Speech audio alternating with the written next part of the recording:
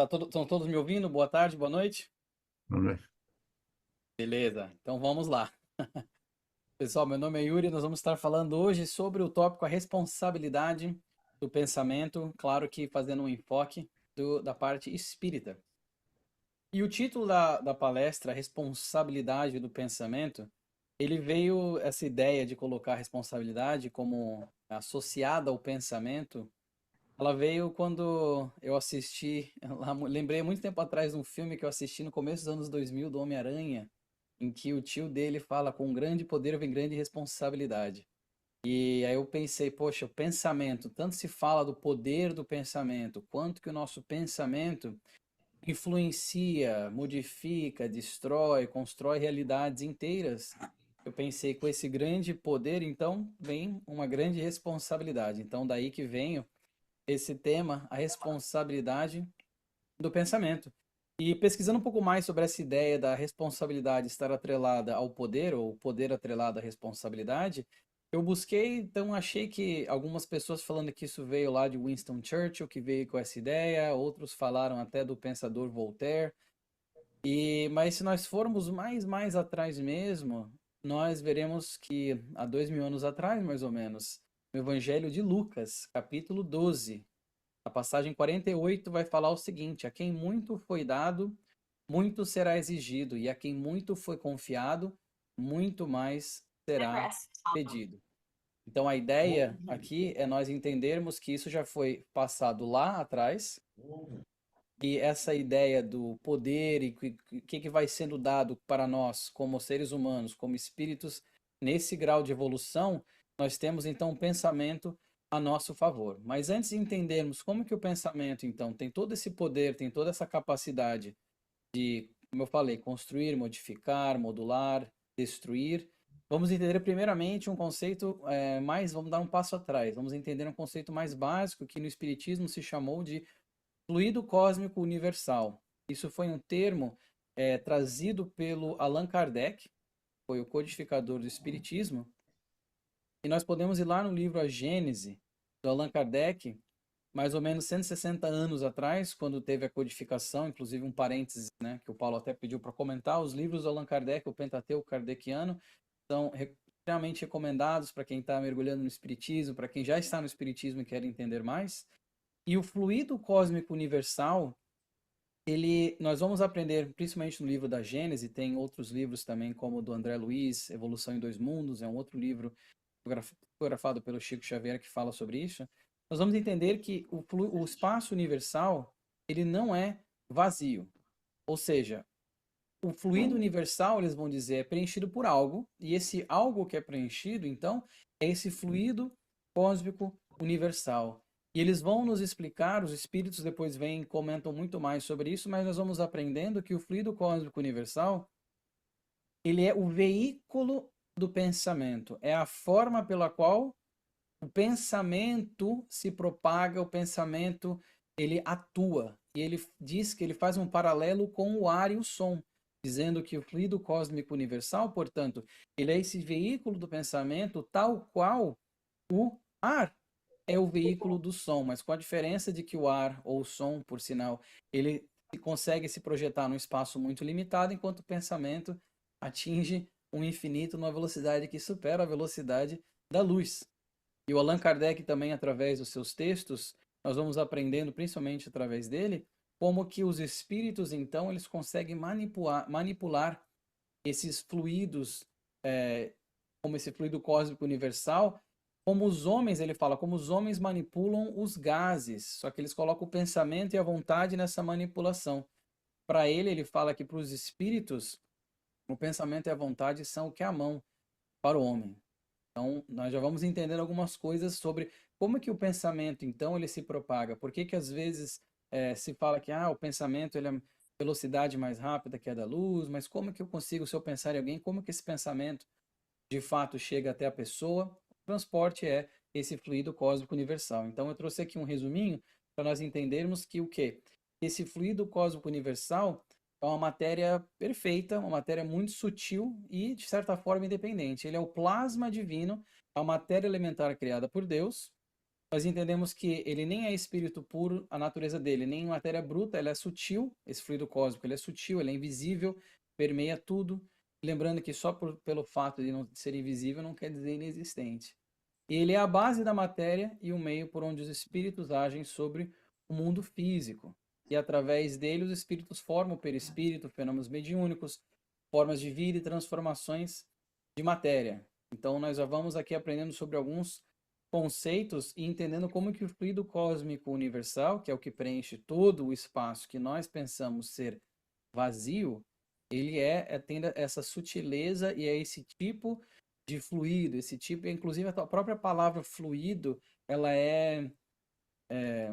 não é suficiente para de fato descrever, mas entendemos então que o fluido, ele de fato, esse fluido cósmico universal, ele é esse elemento intermediário, de certa forma. Por que que nós, então, eu coloquei aqui uma questão para a gente pensar um pouquinho, por que que nós custamos acreditar, então, nessa plasticidade do pensamento, nesse todo esse poder que o nosso pensamento possui, por que que ele é por ser um grande poder, ele vem atrelado a uma grande responsabilidade.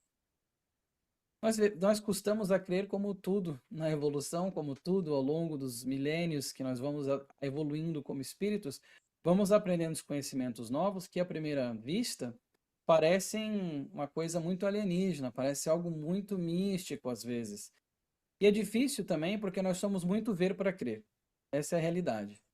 Então, se nós formos só olhar pelo campo material, pelos olhos da carne, nós veremos que os sentidos eles ainda não são evoluídos. Se nós formos confiar somente nos nossos 5 sentidos, possivelmente não levaríamos em consideração essa questão do pensamento. Mas e se nós pensarmos em todas as ondas sonoras que nós não vemos, mas de fato elas são registradas aqui e depois posteriormente ao cérebro?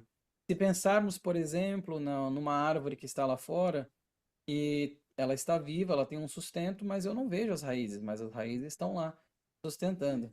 Então, assim, nós temos que também desmistificar um pouco essa questão e ter uma mente aberta para entender de fato que certos conceitos eles vão aos poucos sendo mostrados, eles vão de certa forma sendo explicados e vão fazendo sentido, mas aos poucos, porque à primeira vista as coisas às vezes podem até assustar. E o Kardec, só um comentário que eu esqueci de falar, o Kardec no livro da Gênese, ele vai dizer que os nossos pensamentos, eles são como sons de um sino, que faz vibrar as moléculas do ar ambiente. O ar, inclusive, que se eu abanar minha mão, não estou vendo o ar, mas eu consigo sentir uma borrifada do ar. Então, assim, na questão do campo mental, e eu trouxe aqui no canto superior direito, vocês vão ver que ao longo da apresentação eu coloco as minhas fontes do slide, recomendando sempre, sempre a leitura. Esse aqui, a capa desse livro aqui, esse é o livro Ação e Reação. É um livro psicografado pelo Chico Xavier, do espírito André Luiz. E nesse livro aqui tem uma analogia muito bonita sobre o campo mental. Ele vai dizer, o Druso, que é um instrutor do André Luiz, o autor espiritual, ele vai nos falar que para imaginarmos a mente, nossa mente, nosso campo mental, como um lago. Se essas águas se acham pacíficas e límpidas, a luz do firmamento consegue refletir-se nele com segurança. Então, se as águas, tentei achar uma foto de um lago refletindo, um pouco do céu, um pouco da paisagem para demonstrar. Então, se o nosso campo mental ele se encontra serenado, pacífico, límpido, a luz do firmamento, ou seja, os pensamentos superiores dos espíritos que nos querem sempre bem, eles vão conseguir se refletir nesse campo mental com mais segurança. Porém, se as águas vivem revoltas, o instrutor vai dizer, as imagens se perdem ao quebro das ondas móveis, principalmente quando o lodo acumulado no fundo sobe à superfície. Então, fica aqui o primeiro convite, a primeira reflexão sobre justamente isso. Como que será que está o nosso campo mental normalmente? Estamos como um lago límpido, pacífico, asserenado? Ou será que o nosso campo mental mais se assemelha a esta foto aí, das ondas quebradiças, esse lodo que muitas vezes são essas más tendências que trazemos de encarnações pregressas, sobem então a superfície, balançando o nosso campo mental. Até porque cada um, eles vão dizer isso também, é muito bonito, cada um de nós vive e respira nos reflexos mentais de si mesmo. Nosso campo mental dita muito sobre a nossa realidade, a nossa vivência. Então, a primeira analogia que eu gostaria de trazer e que eu convido vocês a pensarem é justamente sobre o nosso campo mental, como que nós estamos mantendo o nosso campo mental. E agora trazendo aqui para o Livro dos Espíritos, um livro também do Pentateuco, 5 livros do Allan Kardec, os principais que são chamados do Pentateuco Kardeciano, no Livro dos Espíritos, na pergunta 457, é uma pergunta que eu diria clássica, ou aliás, a 459, mas ele começa nessa veia de tentar entender. Então, ele pergunta aos espíritos, os espíritos, aí com E maiúsculo, no sentido dos espíritos desencarnados, eles podem conhecer os nossos mais secretos pensamentos?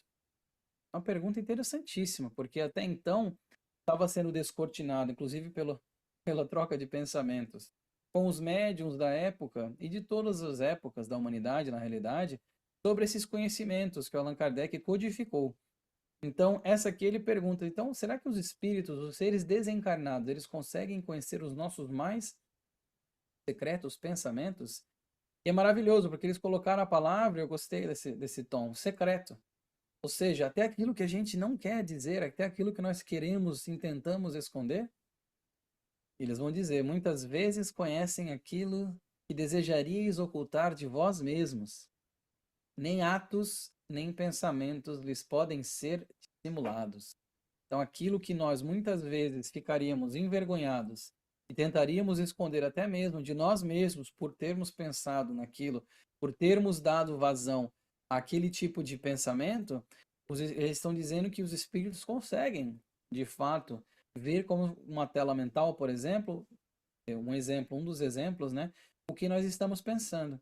Aí vem a pergunta 459, uma das bases trazidas aqui pelo Espiritismo. Então, se eles conseguem ver os nossos pensamentos, eles conseguem influir neles também? Eles conseguem, de fato, agir sobre os nossos pensamentos e os nossos atos?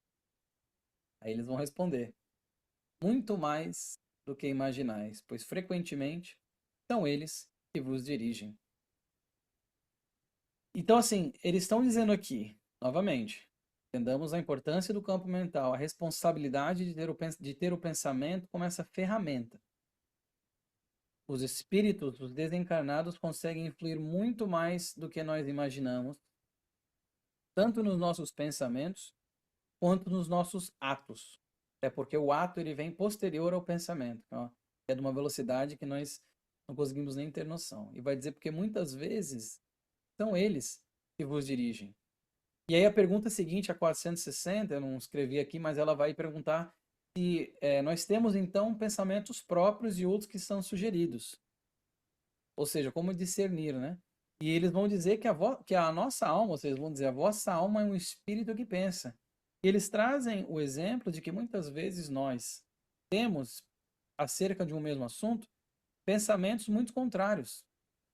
Então, às vezes, nós estamos pensando sobre algo, estamos prestes a fazer uma bobagem, talvez, e aí vem um pensamento contrário, quase como que nos travando, ou às vezes até mesmo o contrário, vem alguma sugestão ali não muito feliz. Eles vão dizer, então, pois então, esses pensamentos contraditórios, muitas vezes somos nós nos comunicando com vocês. Então, se nós vamos falar da influenciação dos espíritos, vamos falar também sobre a parte boa, mas vamos começar com a parte talvez que não seja tão boa. As más influências, então.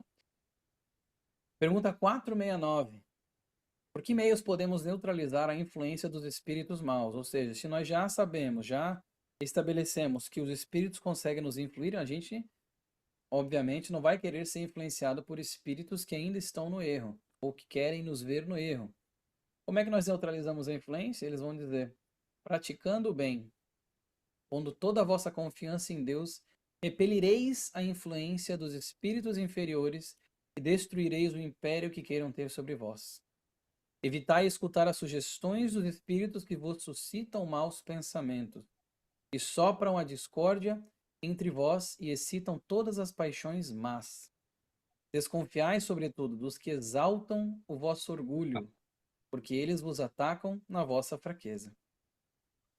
Olha só essa resposta como ela é complexa. As sugestões que nos suscitam os maus pensamentos, que sopram as discórdias, que elicitam essas paixões mais. Mas eles vão dar mais um alerta aqui: desconfiai daqueles que exaltam o vosso orgulho, porque eles atacam a vossa fraqueza. No Espiritismo, nós aprendemos muito sobre a questão das duas chagas morais, do avanço moral da humanidade como um todo, como sendo o orgulho e o egoísmo. Eles estão dizendo aqui que os espíritos que ainda estão no erro, os espíritos que eles chamam aqui de maus, que é uma coisa até redutiva, eles vão nos atacar muitas vezes o nosso orgulho, vão inflar o nosso orgulho muitas vezes, porque eles sabem que aquilo vai fazer com que nós tenhamos ações menores daquelas que nós podemos ter de fato. Então, assim, aqueles que sopram a discórdia e tudo mais, mas vão dizendo o quê? Praticando o bem e pondo a confiança em Deus, repelirá a influência desses espíritos. No livro Pensamento e Vida, esse é um outro livro que também fala do fluido cósmico, também fala muito sobre a questão da importância do pensamento e como que ele permeia todos os aspectos da nossa vida. Mas a parte em si dos processos obsessivos, eles vão dizer que é um termo utilizado no espiritismo para essa influenciação negativa espiritual, vai dizer o seguinte: se a mente visada sintoniza com a onda criadora lançada sobre ela, ou seja, então se eu estou aqui, eu estou tendo pensamentos de baixo calão, de baixo teor, e tem algum espírito obsessor, ou espírito que quer ser o meu obsessor, quando eu baixo a minha vibração, o que acontece? Começa esse vivo circuito de força, dentro do qual a palavra e a ação se incumbem de consolidar a correspondência, formando o círculo de encantamento em que o obsessor e o obsidiado passam a viver agindo e reagindo um sobre o outro. Isso é uma coisa que nós falamos, se ouve bastante nos círculos espíritas, sobre essa questão de vamos elevar os nossos pensamentos, vamos manter uma frequência alta.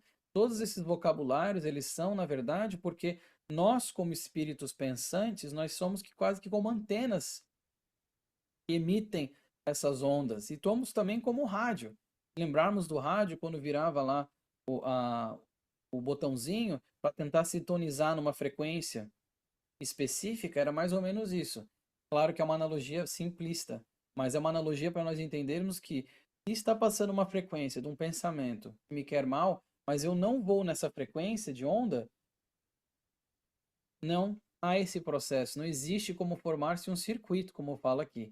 Ou seja, é uma coisa que nós temos que estabelecer que não há obsessão unilateral. Uma coisa que o Espiritismo traz, que eu acho sensacional, porque coloca todo o poder e responsabilidade também nas nossas mãos. Ah, como é que eu faço? Se falam de obsessores, eu tenho medo, etc. Tá aí a resposta. Essa questão da frequência, dos pensamentos elevados, dos pensamentos pautados no bem, pautados em Jesus, pautados em Deus. E as atitudes e as ações que acompanham esses pensamentos, dessa forma nós criamos quase que como, vamos dizer assim, uma proteção, um escudo em que essas vibrações inferiores não nos atingirão. E nós temos também processos obsessivos, agora estudando aqui uma parte de novo, assim, entrando em coisas mais específicas. No livro Ação e Reação, nós vamos ter processos de auto-obsessão, por exemplo. Como assim auto-obsessão? A mente criando um circuito entre ela. A mente viciada por impressões ou vulcanizada pelo sofrimento pode perder temporariamente o governo da forma, permitindo que os tecidos do corpo perispíritico se perturbem. Isso está no capítulo 3 desse livro. E quem comentou essa fala foi o Druso, aquele mesmo instrutor que falou do campo mental igual a um lago. Quando eles vão ver um caso, isso no plano espiritual, de um homem que estava desencarnado, de novo, isso é no plano espiritual, e quando ele estava encarnado, ele cometeu um crime muito grave contra os dois irmãos faleceram, morreram, e os irmãos já desencarnados entraram como obsessores, então, daquele cidadão quando ele estava encarnado, por conta da culpa tão grande que ele carregava, esse senhor carregava. E quando esse senhor veio a falecer, no plano espiritual ele também foi assediado pelos seus irmãos e depois foi levado a um hospital espiritual. E nesse hospital ele estava quase que completamente desconfigurado. Eles mal conseguiam ver assim, entender o que ele falava, de tão desconfigurado que ele se encontrava, o corpo perispíritico dele. Porque, de novo, quando estamos encarnados, nós temos aqui a carne, temos o perispírito e o espírito. Quando desencarnamos, não temos mais a carne, ficou para trás, parte material. E aí, nesse corpo perispiritual, que é essa forma que ele se apresentou lá, que é altamente plasticizada pelo pensamento, ele estava totalmente desconfigurado. Eles vão aos poucos devassando um pouco do passado desse senhor. Eles acabam descobrindo que depois, mesmo ele estando no hospital, ele estava daquela forma porque a sua própria mente ainda estava enraizada nos seus irmãos, do mal que ele fez aos seus irmãos, e a culpa estava corroendo de forma que ele simplesmente, o corpo espiritual dele estava passando por essas modificações. Mas além, nós também temos um exemplo que eles vão dizer que as inteligências desencarnadas podem utilizar-se de quadros mentais. Olha a importância e a responsabilidade. Tal como artista do lápis faz para a imaginação de uma criança. Isso é um outro caso também do livro do André Luiz, em que eles encontram uma senhora e ela estava sendo atemorizada por uma imagem de um demônio chamado Belfegor, um demônio sentado com chifre de cabra e tudo mais. E ela estava sendo amedrontada o tempo inteiro por um espírito obsessor com essa imagem. Mas na realidade, quem estava fornecendo essa imagem era a própria senhora, que fornecia isso, e o obsessor falou: opa, ela tem medo disso, então agora vamos então utilizar esse mesmo medo, esse temor que ela tem, e de novo, falamos do fluido cósmico, né? Como os espíritos manipulam o fluido cósmico. Manipularam os fluidos e tinha aquela imagem que ficava atemorizando essa senhora. E, enfim, podemos passar aqui o dia inteiro falando de casos de processos obsessivos em livros, um que eu recomendo muito, até pelo título já se fala, né? Chama-se Dramas da Obsessão, fotografado pela Ivone Pereira, e nós temos aí um caso, não vou dar muito spoiler, mas nós temos um caso de uma família que obsidia uma outra família por 400 anos. E falando então do ação e reação, eles vão dizer que nas zonas infernais propriamente ditas, apenas residem aquelas mentes que, conhecendo as responsabilidades morais que lhe competiam, delas se ausentaram deliberadamente, com o louco propósito de ludibriar o próprio Deus. E aqui eu trouxe uma imagem do filme Nosso Lar, o primeiro filme. E aqui temos o André Luiz, quando ele está numa região umbralina, logo após que ele tem o seu desencarne. E justamente essas zonas de umbral, essas zonas mais inferiores umbralinas, elas são mantidas pelos pensamentos dos espíritos desencarnados que ainda estão nesse ponto de sofrimento, que ainda estão contribuindo pelo fluido, lembrem fluido, contribuindo esses fluidos para o mantimento dessas zonas. E o André Luiz vai dizer, depois de estudar muito sobre isso, que é nessa zona que se estendem os fios invisíveis que ligam as mentes humanas entre si. Olha que interessante. Ele vai falando o quê? De novo, nós vamos vendo como essa questão do pensamento, esses fios invisíveis, porque, de novo, invisível não quer dizer inexistente. Vão ligando essas pessoas e essas coisas vão sendo mantidas justamente através do pensamento. Mas e a dor e as doenças? Como é que será que os pensamentos, então, vão influenciar isso?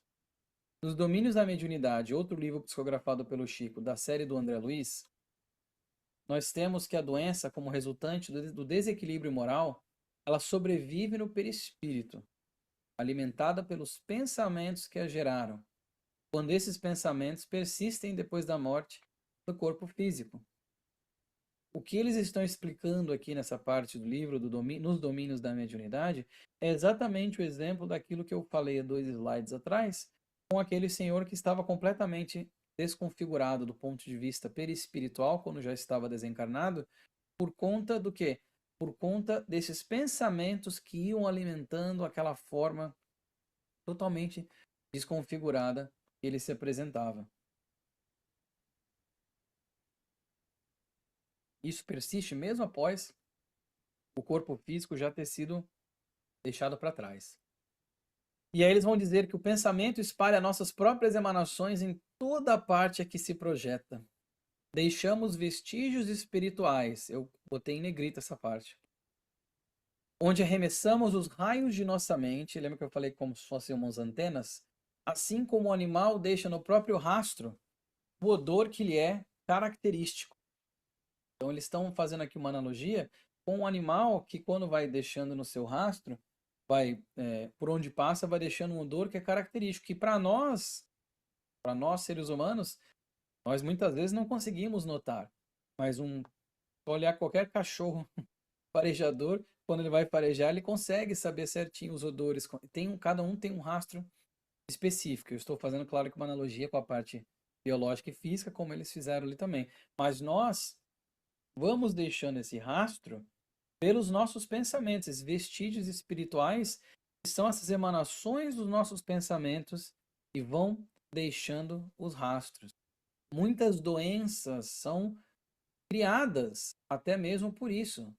Espiritismo, outro conceito, isso a gente vai deixar por uma outra fala, mas é bem mais exploratório, a questão das provas e expiações, que são dois conceitos que o Espiritismo traz e explica muito bem. Mas deixando de lado a questão do, será que isso é uma prova? Será que essa doença é uma expiação? Pode ser que não tenha sido nenhum dos dois. Pode ser uma doença adquirida pelo mecanismo da ação e reação, quando os nossos pensamentos doentios permanecem por tempos e tempos e tempos, e nós mesmos acabamos criando, pelo nosso pensamento, uma desordem no nosso próprio corpo, o pensamento atua sobre o físico, e isso então vai causar problemas como doenças.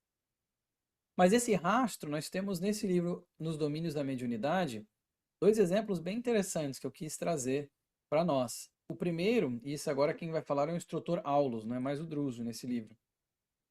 O Aulus vai falar aqui para o André Luiz de dois exemplos. Um que ele dá é de um relógio.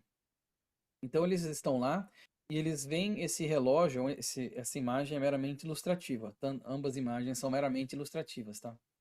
Mas ele vê esse relógio e ele fala que nesse relógio, quando o André Luiz vai lá e chega perto, eles encostam, eles são quase que praticamente levados a um local em que esse relógio ocupava a casa de uma família, que já não estava mais viva.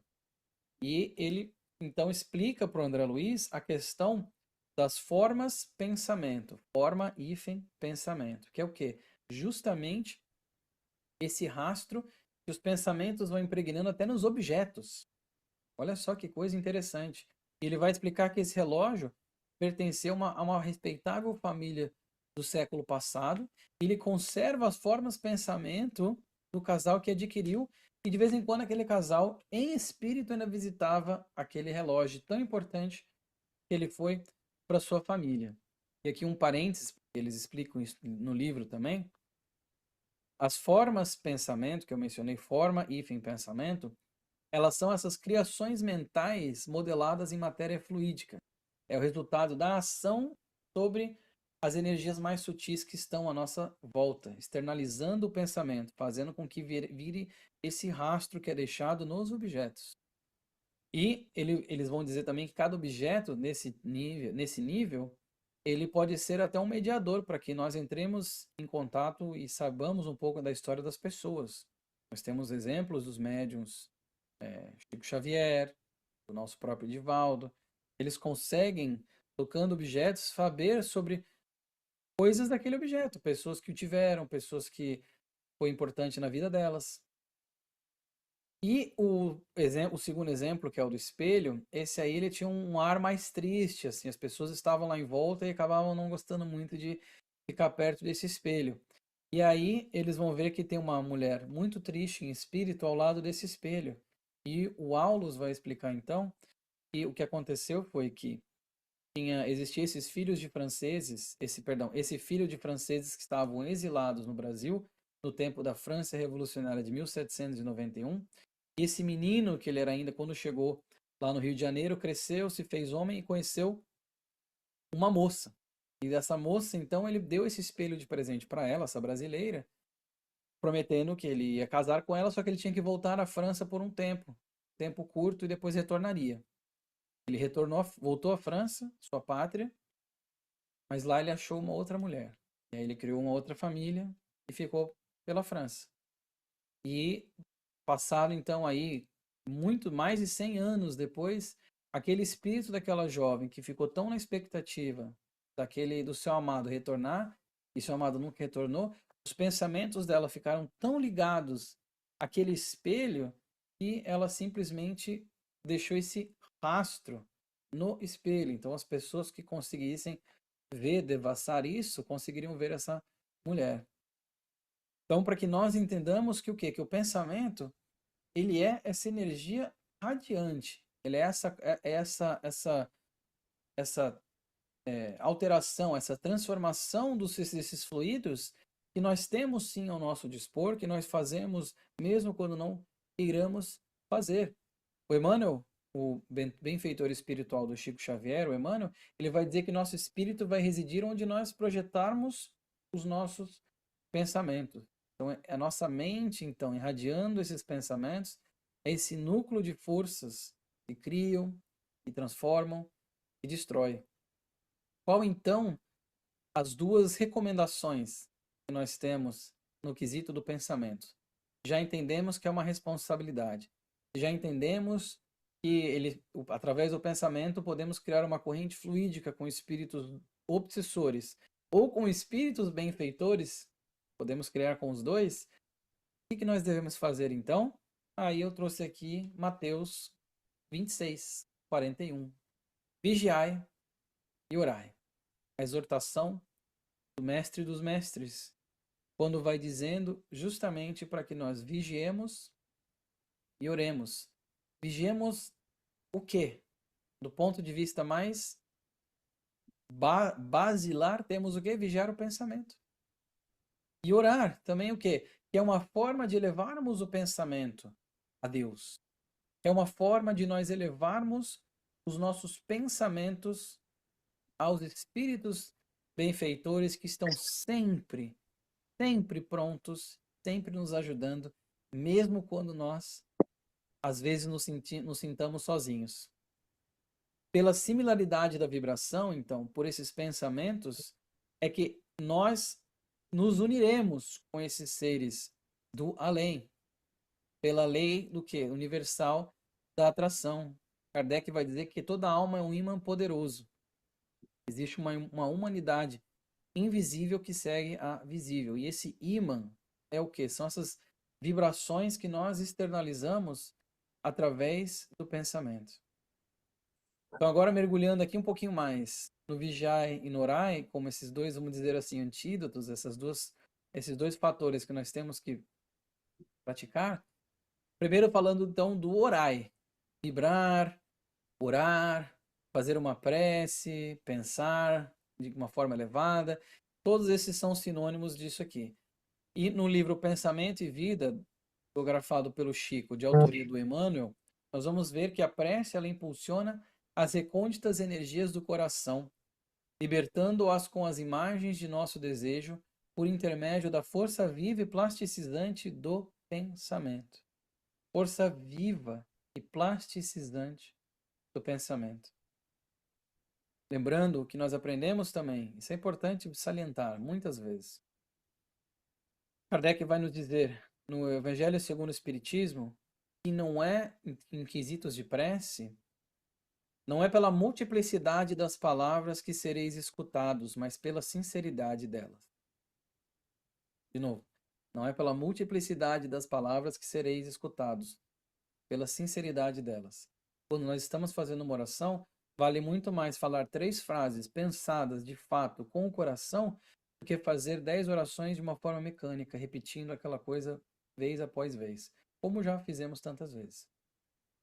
E eles vão dizer para nós no Pensamento e Vida que essas imagens, então, projetadas pela força viva e plasticizante do pensamento, elas ascendem, elas sobem às esferas superiores, tocando as inteligências que nos rodeiam. Recebemos as respostas do plano divino. Então, as imagens projetadas através do pensamento ascenderão então às esferas superiores. tocando essas inteligências divinas e nós receberemos, sim, auxílio. E eu trouxe um exemplo aqui, queria comentar de um exemplo do livro Entre a Terra e o Céu, do André Luiz, da série do André Luiz, psicografado pelo Chico Xavier, em que tem esse caso dessa família logo no começo, em que a mãe tem essa menina que está, a família inteira está sofrendo. Não vou dar muitos spoilers, mas que eu quero que vocês leiam. Tem a menina que a família dela está sofrendo, a menina nova, e a madrasta também está sofrendo. Ela tem uma madrasta, tem um pai biológico, tem uma madrasta, a mãe biológica já havia falecido. E a menina está sofrendo muito, a família está sofrendo, então essa menina, no seu coração puro, ele eleva as preces ao céu, pedindo ajuda principalmente à madrasta naquele momento, que estava de cama, estava muito mal, obsidiada. E a menina pede então aos céus que a mãe biológica dela, que ela sabe que a ama e que é o bem da família, que a mãe biológica dela em espírito, porque ela estava já desencarnada, viesse então ao encontro da sua madrasta para auxiliar a madrasta e auxiliar a família também. Mas o que acontece é que a mãe dessa menina desencarnada, a mãe desencarnada dessa menina, estava lá, só que como obsessora madrasta. A mãe biológica estava lá com ele, só que ela estava numa frequência vibracional, ou seja, seu pensamento está numa frequência tão baixa por ela estar alimentando sentimentos negativos contra a madrasta, que aquela prece, vibração elevada, não conseguiu chegar diretamente à mãe, porque a mãe não estava em condições de sintonizar com aquela prece, então aquela prece não atingiu direto, atingiu de uma forma boa, né? Não trouxe então a mãe para o auxílio da família. Mas o que aconteceu? O que aconteceu foi que então aquela prece aconteceu algo que se chama prece refratada. A prece da menina, ao invés de ir para a mãe, foi refratada para as esferas superiores. E as esferas superiores mandaram, então, auxílio àquela mãe, aquele espírito, auxílio àquela menina, auxílio àquela família. Então, nós começamos a ver como todas as coisas vão se desenrolando melhores após isso.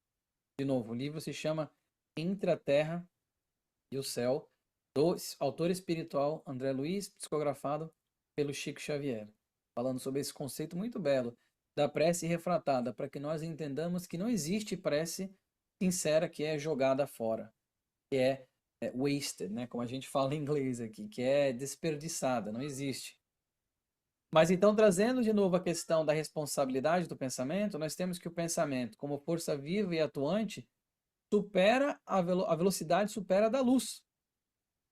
Então, se nós formos ver, isso traz uma responsabilidade muito grande. Nós temos conosco um instrumento, uma ferramenta, que é inerente ao nosso grau evolutivo como espíritos. Passamos pelo reino mineral, vegetal, animal, etc. Estamos até aqui nesse momento como espíritos já de seres humanos dotados de uma certa inteligência. Temos o pensamento como essa ferramenta, que é um instrumento preciosíssimo, e não existe então a distância para o pensamento, e a velocidade dele supera a velocidade da luz. Emitido por nós, ou seja, o pensamento emitido por nós, volta invariavelmente a nós mesmos, compelindo-nos a viver em sua onda de formas criadoras que se fixam no espírito quando alimentadas pelo combustível do nosso desejo ou de nossa tensão. A lei da ação e reação é imutável. Então, nós vamos projetar esse pensamento, externalizar esse pensamento, algo vai ser feito daquilo. E voltaremos e nós viveremos, então, nas ondas criadoras do nosso próprio pensamento. Adquirimos, eu coloquei aqui esse instrumento de imensa responsabilidade, como eu já falei, através da nossa evolução. Então, nós queiramos ou não, nós temos esse instrumento à nossa disposição. Temos essa ferramenta poderosíssima à nossa disposição.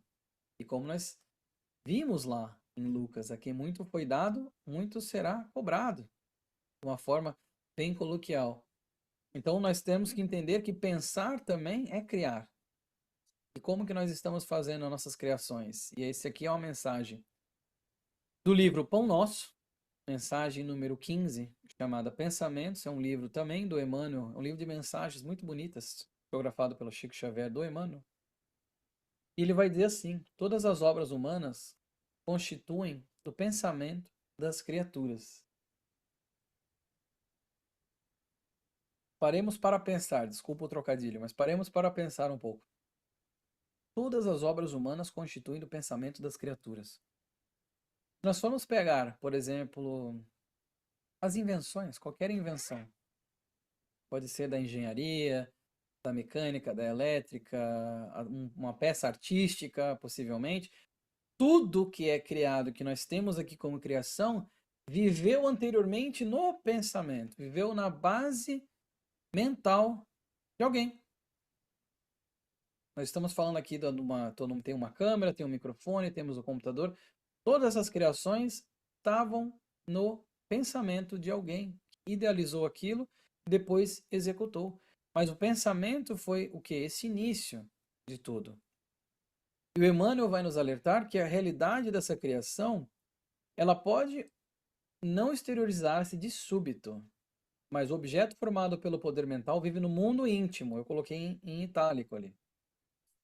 Exigindo cuidados especiais para o esforço de continuidade ou de extinção. Então, ou seja, a realidade dessa criação mental, ela pode não se exteriorizar-se, ela pode não exteriorizar-se, perdão, de súbito. Pode ser que já não temos já imediatamente aquela criação que estava primeiro aqui e foi criada para fora. Mas esse objeto, esse pensamento cultivado tal qual semente no nosso próprio pensamento, no nosso campo, agora imaginemos um campo agrário, mental, aquela semente vai ficar lá, vai germinar, de acordo com o cuidado que nós estamos dando a ela, vivendo nesse mundo íntimo, então. Essa fortaleza mental que achávamos anteriormente ser indevassável, mas já aprendemos, pergunta 457, 459 do Livro dos Espíritos e tantos outros livros, que não é essa nossa fortaleza não é impenetrável como achávamos que era. Mas ele vai dizer que os cuidados especiais para esse pensamento, essa ideia, essa criação vai demandar o nosso esforço para a continuidade daquela ideia ou a extinção. Quem de nós aqui não tem planos ou já não criou planos, às vezes, daqui a 5 anos eu quero fazer tal coisa, ou quero colocar como uma meta de que daqui a 10 anos vou atingir tal. E justamente o que? Vai depender de nós para mantermos naquela meta, mantermos naquele objetivo, aquele pensamento, aquelas ações, as atitudes que vão nos levar àquela meta. Dependerá somente de nós, fazendo de uma forma bem prática, bem aplicável. Mas é algo que é difícil. Renovar os pensamentos, o Emmanuel vai dizer, não é tão fácil como parece à primeira vista. Demanda capacidade, demanda renúncia e dominação de si mesmo. Então, renovar o nosso pensamento, manter o nosso campo mental da forma que o Druso falou, no ação e reação, como aquele lago límpido, pacífico, que as ondas, as luzes do firmamento, do céu, conseguem refletir-se nele com segurança, é muito difícil. É muito complicado. Inclusive, não só os pensamentos de baixo teor, ou os pensamentos destrutivos, as coisas que são ruins.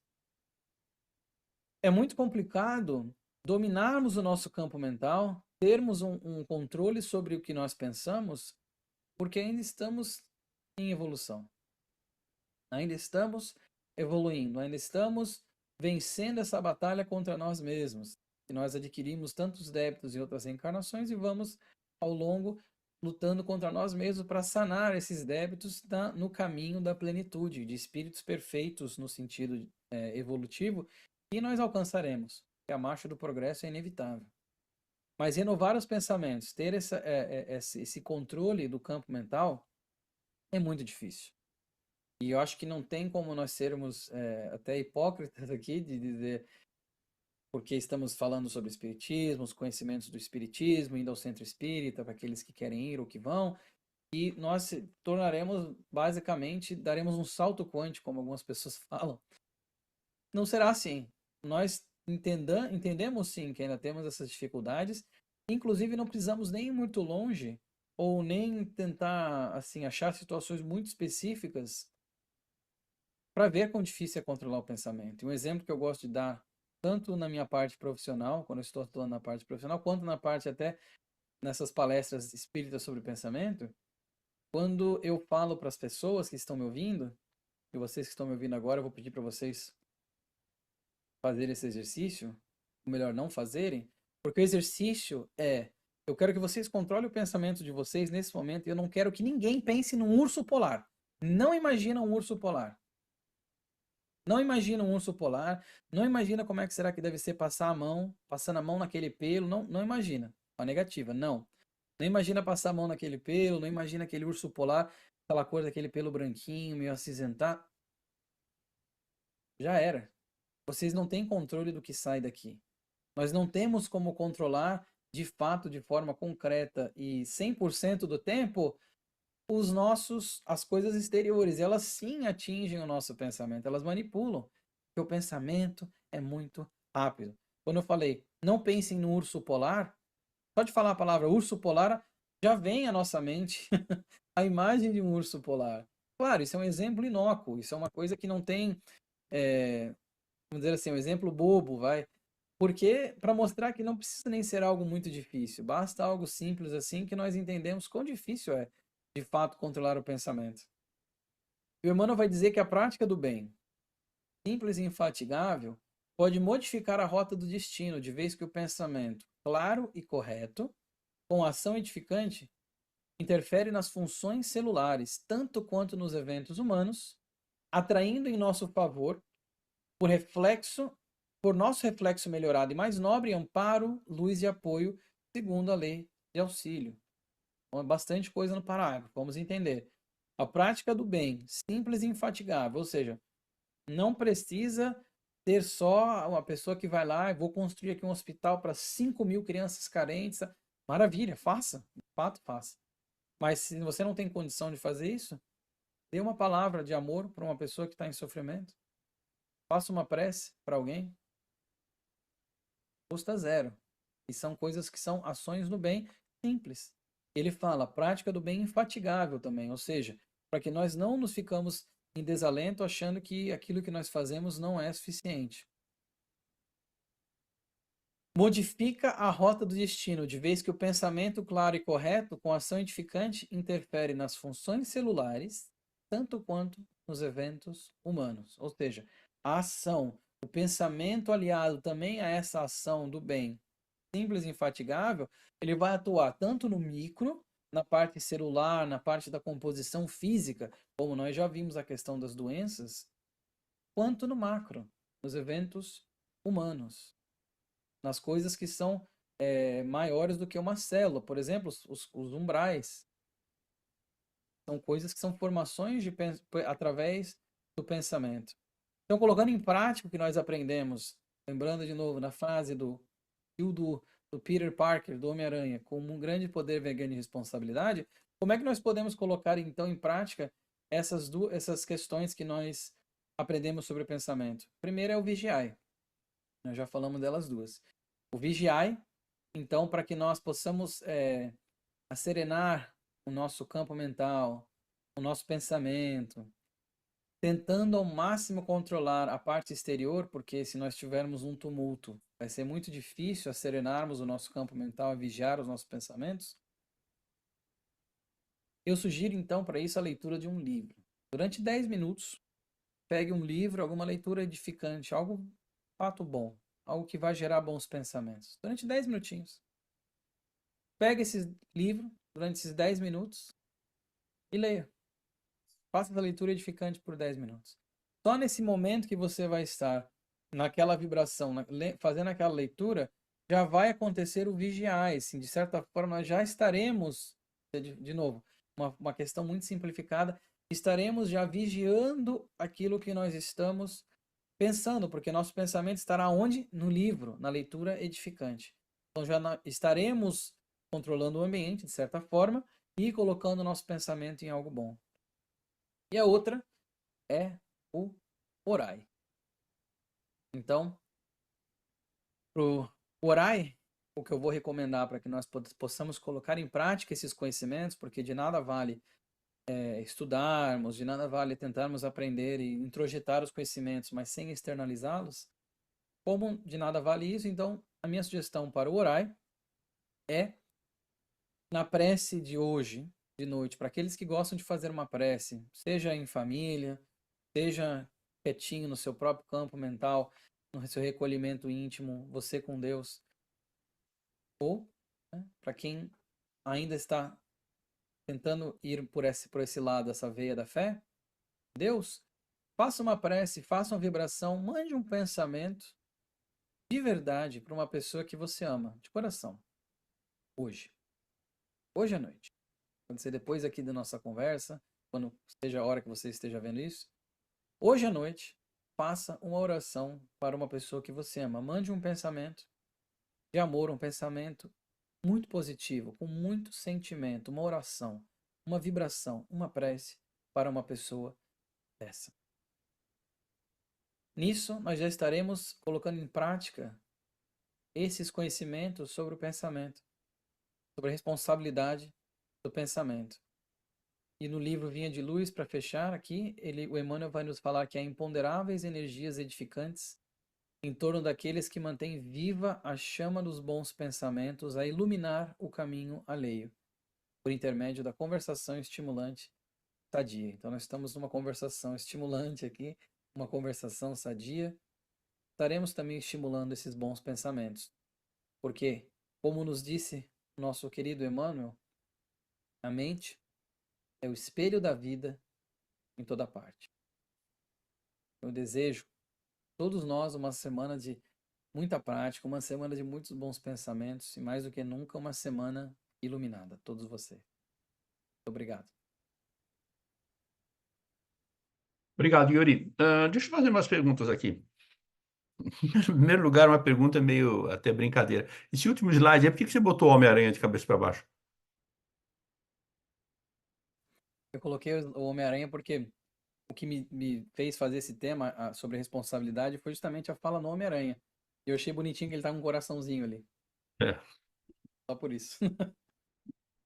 Para quem é espírita, eu acho que acompanha bem o que você disse. Para quem não é espírita, você traz muitas novidades e fica até difícil de acompanhar. Mas deixa eu te fazer uma pergunta. Você falou que o pensamento traz a doença.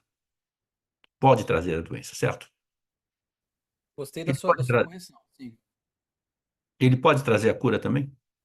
com toda certeza. Com toda certeza. Ele pode trazer a cura desde que nós consigamos colocar esse pensamento em prática em favor de nós mesmos ou na cura de uma outra pessoa. Ele tem uma força muito modificadora e, de novo, ela pode modificar para os dois lados, tanto para o lado da doença quanto para o lado da cura. Existe, por exemplo, uma situação onde quanto mais pessoas vibram ou oram para uma outra pessoa, mais é o poder desse pensamento, ou tanto faz? Pode ser unicamente feito por uma pessoa, ou mais pessoas vibrando para aquela pessoa ajuda mais. A segunda opção. Quanto mais pessoas vibrando, sempre vai ser mais ajuda pela questão da manipulação dos fluidos, pela essa questão da modificação dos fluidos, até porque as pessoas que estão vibrando, elas podem ser que elas atinjam, vibrem de forma diferente, elas atinjam espíritos benfeitores diferentes que vão vir ao auxílio daquela pessoa. Então você ter 100 pessoas fazendo uma oração de coração mesmo, não uma oração mecânica, uma oração de coração, levando o pensamento para a cura de um ser que eles gostam, versus uma pessoa, aquela 100 tem uma boa chance, não que uma pessoa sozinha não vá fazer. Imagina que uma oração do Divaldo é mais forte do que se fosse 100 Yuris. Então, Mas, vamos, então, mas a gente imagina que, com certeza, quanto mais pessoas vão fazendo essa oração, quanto mais pessoas vão sintonizando e vibrando, assim, de uma forma bem simples, sim, teria um resultado melhor. vamos imaginar, por exemplo, durante a guerra, durante o Holocausto, todos aqueles judeus presos em campos de concentração e orando, e pedindo para aquele sofrimento acabar. Quer Certo? dizer, deveria uma... Então, vou introduzir outro termo aqui, chama psicosfera. A psicosfera daquele local nesses momentos de guerra, inclusive, o Emmanuel, no livro que foi publicado em 1939, o livro dele A Caminho da Luz, é um livro psicografado pelo Chico Xavier. Ele vai dizer que o mundo se preparava já para justamente a psicosfera terrestre já estava alterada, então os espíritos eles conseguem ver justamente essas emanações já negativas, bélicas, essas coisas todas, eles conseguem enxergar isso. Nós não conseguimos aqui, mas eles conseguem enxergar e de fato todas essas situações em que tem muito ódio, ainda nesses países todos em guerras, né? Nós ainda temos guerras hoje, então assim, tem uma psicosfera muito pesada. Vide aquilo que eu falei da questão do umbral, no plano espiritual também, essas vibrações negativas vão criando e mantendo esses locais através desses pensamentos. E no Então, mas próprio, nesse caso a prece não ajuda, né? A prece coletiva não ajuda, né? a prece com certeza ajuda, Paulo. A prece coletiva sempre ajuda. A questão toda é que nós vamos ter que entender mais até indo mais para trás uma questão que eu falei um pouquinho de provas e expiações. Então, muitas vezes o que acontece em certos desencarnes coletivos, ela vai por esse quesito de muitas vezes serem coisas que aqueles espíritos escolhem passar ou que eles acabam tendo que passar. Então, assim, a prece é interessante nós pontuarmos aqui, e por mais que eu fale, poxa, eu fiz uma prece tão fervorosa, tão forte aqui, pedindo algo para mim, sei lá, para curar uma dor que eu tenho aqui, e essa dor não curou. Pode ter N motivos por essa dor ter curado, não ter curado. Não necessariamente que minha prece foi fraca. Ana está perguntando aqui, escreveu aqui para mim, se no caso da cura, alguém também não, se no caso da cura de alguém, não tem o fator de merecimento de cada um, independente das orações. É. Lei da ação e reação. Impossível, impossível fugir disso. Então, assim, se eu. Vou dar um exemplo que eu dei numa palestra hoje de manhã que eu dei sobre o paralítico que foi curado por Jesus. Ele que eles desceram, Natanael ben Elias, 38 anos de paralítico, como paralítico, nasceu paralítico. Temos essa passagem também na Bíblia, e nós vamos ver que justamente Jesus cura ele. Mas Jesus curava as pessoas pela questão do querer e do crer. Então ele sempre perguntava às pessoas: "Que queres que eu faça?" Ou então, "Tu crês que eu posso te curar?" Ele perguntou ao paralítico. Essa questão do merecimento passa muito por uma ótica que nós, às vezes, temos uma miopia espiritual de ver e falar: "Poxa, por que que ele curou essa pessoa do meu lado e não me curou? Será que eu não mereço? Como que eu não mereço?" A gente fica, às vezes, indignado. Mas a questão, sim, como a Hannah trouxe aí, passa pela questão do merecimento, mas eu queria colocar um asterisco na palavra merecimento, para dizer que não é só o que eu fiz nessa encarnação, assim, poxa, foi uma pessoa tão legal, faço orações tão legais e não fui curado. Pode ser que eu pedi para vir com isso, pode ser que eu tenho que passar por isso, pode ser que tem, assim, como eu falei, tem N motivos que não tiram o fator da prece, que não tiram o fator do pensamento. Existe, então, por exemplo, existe essa questão da obsessão do espírito para o encarnado. Existe obsessão entre os encarnados? Existe encarnado, desencarnado, encarnado, encarnado, tudo pensamento. Pensamento é a força plasticizante. Inclusive, não precisa nem ser só questão de obsessão, Paulo. A gente, às vezes, tá pensando muito do nada numa pessoa e, de repente, a pessoa manda uma mensagem. Às vezes, tem pessoa muito em alguém e aconteceu uma coisa com ela, boa ou ruim. Então, assim, tem muito uma questão que eles falam desse circuito que se cria, né? Existe sim, e nós temos, inclusive, no livro do André Luiz, esse ponto que você trouxe é interessante, porque existe sim uma obsessão de encarnado para desencarnado, como por exemplo, quando as pessoas vêm a falecer, vêm a desencarnar e ficam lá assim, naquele pensamento de dor durante anos, segurando basicamente aquela pessoa que desencarnou. No Chico Xavier ele tinha tantas mensagens que ele psicografava de pessoas que iam lá, inclusive na conferência aqui da Flórida, do Arthur Valadares, exímio palestrante espírita, comentou de uma situação do Chico Xavier, que tinha uma família que está até no documentário dele, perdão, não foi o Arthur, foi o Haroldo Dutra Dias. Ele comentou isso esses tempos, eu estava vendo, que tinha uma família que está até no documentário do Chico Xavier, família judia, não cristã, judia, e um dia estava tão triste porque o filho tinha falecido que foram lá para ver se recebeu uma mensagem para ele, porque Chico Xavier fazia isso, né? Ficava lá nas sessões e muitas vezes recebia uma mensagem das pessoas que já tinham desencarnado. E aí esse pai judeu, ele ia lá pro cemitério, lá pro local que o filho estava, que jazia, e ele ficava dormindo lá, de tanta saudade, tanta dor que ele ainda sentia por aquele filho que veio desencarnar. E o Chico Xavier recebe uma mensagem, ele psicografa em hebraico, o Xavier não falava hebraico, psicografou uma mensagem em hebraico. Aí ele perguntou, olha, tem alguém judeu aqui? Porque eles não sabiam o que estava escrito. Veio então aquela família, começou a chorar, porque reconheceu de fato as coisas que iam sendo faladas na carta, em hebraico, e o espírito do filho falou assim, olha, diz pro meu pai, ela falou em primeira pessoa, fala pro papai que quando ele vai lá dormir onde eu tô enterrado, eu não tô nem lá, eu tô com a mamãe em casa. Então, assim, pra gente ver como acaba que o pensamento do pai ficava tão segurando ele, tentando entrar em contato com ele tanto, assim, segurando ele para trás, que ele diz, olha, nem precisa disso, eu tô com a mamãe lá, enquanto você tá achando que fisicamente eu vou estar por lá. Na realidade, quando você fala em prece, na realidade, prece é uma maneira de você se comunicar com o mundo espiritual, né? Ah, Se eu tirar a palavra prece e procurar só a comunicação, eu consigo, por exemplo, quando eu faço uma prece aos espíritos, ao meu espírito guardião, eu faço uma prece aos espíritos superiores. Eu posso fazer uma prece, não uma prece, eu fazer um pedido a alguém que já desencarnou, meu pai, se eu quiser falar com meu pai, por uma comunicação minha, por uma prece minha, eu chego ao meu pai, Se você pensar no seu meu pai pai me agora, se escuta. você pensar no seu pai agora, você já emitiu um, lembra que o pensamento emite uma manipulação fluídica? Você emite uma manipulação fluídica.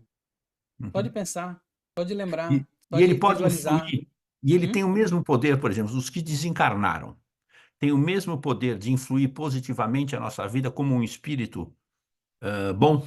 Eles diria até que para alguns deles eles falam que tem até mais, porque eles já não têm as amarras da matéria. Eles Sim. já não têm essa parte carnal que nós ainda temos. E muitas vezes acaba impactando como nós vamos desenvolver as questões espirituais. Eles não têm isso. Então, sim, quando você faz uma prece, de novo, você falou a questão da prece, sim, você pode de fato fazer uma prece, inclusive, como eu falei, uma prece de amor, pedindo ajuda para os amigos espirituais, ou pedindo ajuda para os amigos espirituais para alguém que veio a desencarnar. Para algum parente, algum amigo, alguém que desencarnou recentemente, ou que você quer mandar uma ajuda, você pode sim fazer uma prece. E essa prece chega, essa vibração chega. Última pergunta aqui. Você fala que a criação vem do pensamento, certo? Quando Mozart vem para a Terra e ele cria tudo que ele criou, ele já vem com isso no pensamento dele, ou ele absorve aqui durante a vida dele na Terra, ou os espíritos estão sempre intuindo ele para criar cada vez mais? Adorei a pergunta. Leon Denis, que é um outro autor espiritual, um autor, não é autor espiritual, um autor outro, foi um apóstolo do Espiritismo, veio um pouco depois do Kardec, eles até viveram juntos. É um autor francês, recomendo muitos livros dele, inclusive Depois da Morte e O Problema do Ser, o Destino da Dor, tá? Ele vai comentar uma coisa, Paulo, que se chama, que ele fala sobre a intuição. Então ele fala que muitas vezes o gênio é uma atribuição da intuição. Então, se você vê uma pessoa que tem um dom assim absurdo da escrita, da arte, enfim, que seja, da matemática, por exemplo, tem duas coisas que muitas vezes estão em vigência. Um é a própria inclinação da pessoa, já traz aquilo de encarnações pregressas, e a outra é também uma intuição dos amigos espirituais ali. Então a pessoa já tem Você pega um Chico Xavier, vamos dar o exemplo do Divaldo. Pronto, Divaldo. Pega o exemplo do Divaldo, é um espírito que já teve um desenvolvimento muito grande da parte mediúnica antes de reencarnar. Isso não foi criado tudo aqui. Toda essa capacidade que ele tem, habilidade que ele tem, não veio só de uma vida. Vem já de antes. E aí ele tem o quê? Com o auxílio dos amigos espirituais, ele consegue fazer todo esse trabalho belíssimo que ele faz. O Mozart tem alguns exemplos de espíritos que já passam muitas reencarnações trabalhando uma certa habilidade. Pode ser uma questão de oratória, por exemplo, uma questão filosófica, uma questão artística, uma questão da engenharia. Já vem trabalhando isso. Eles vêm aqui, eles encarnam muitas vezes já com um propósito de dar sequência a essa obra. Eles recebem, sim, a intuição, a influenciação. Nós temos muito isso na música, inclusive. Bom até você mencionar isso aí. Eles têm muito isso na música, dessa influenciação, dessa intuição que chega e acaba fazendo coisas muito bonitas. Tá bom. Obrigado, Yuri. Eu acho que foi muito bom, tá? Mas vou dizer uma coisa, é muito complicado ser espírita, sabia? É mais fácil você não ser espírita. Traz muita responsabilidade É aquele mais fácil você ser negócio. ateu, né? Não precisa Pensar, acreditar em não, não, nada. até o nada. É mais gostoso você levar a vida como você quer, você reza, depois você comete algum pecado, você vai lá, pede perdão e continua vivendo, entendeu? Deve ser mais fácil mesmo. Yuri, obrigado. Até a próxima terça-feira a gente se vê lá no centro. Valeu, valeu, Paulo. Obrigado, Obrigado, obrigado obrigado a a vocês. todos. Uma boa noite para vocês. Tchau, boa noite. Tchau, Tchau, tchau. tchau.